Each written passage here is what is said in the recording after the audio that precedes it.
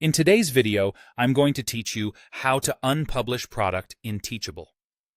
Before we dive in, let's make sure we're clear on what unpublish means in Teachable. When you unpublish a product, it stops being available for new purchases or enrollments. That means visitors won't be able to buy it or sign up. However, anyone who is already enrolled will keep their access to the course content just as before. This is a great option when you're updating lessons, revising your pricing, or simply pausing sales between launches without disrupting current students. You can unpublish in two simple ways. The first method starts from your Teachable admin dashboard.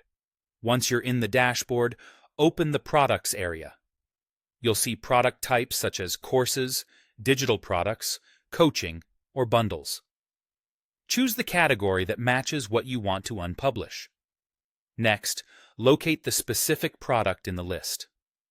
On the right side of that product's row, look for the More Actions icon, which appears as 3 dots.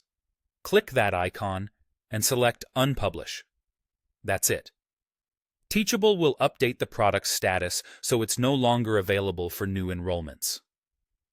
Take a moment to confirm you selected the correct product, especially if you manage multiple versions or bundles that share similar titles. The second method starts from inside the product itself. Open the product you want to change, say, your course, and head to the Information tab. In this area, look for the controls related to Publish and Preview. You'll see a button labeled Publish or Unpublish under Settings. If the product is currently live, the button will give you the option to unpublish course or simply unpublish.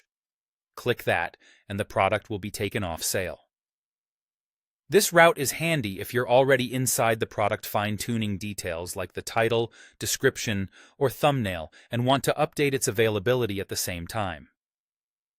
A quick reminder on what to expect after unpublishing. The product won't appear as an option for new buyers or new students, but nothing changes for people who already have access. Your content, settings, and student progress all remain intact.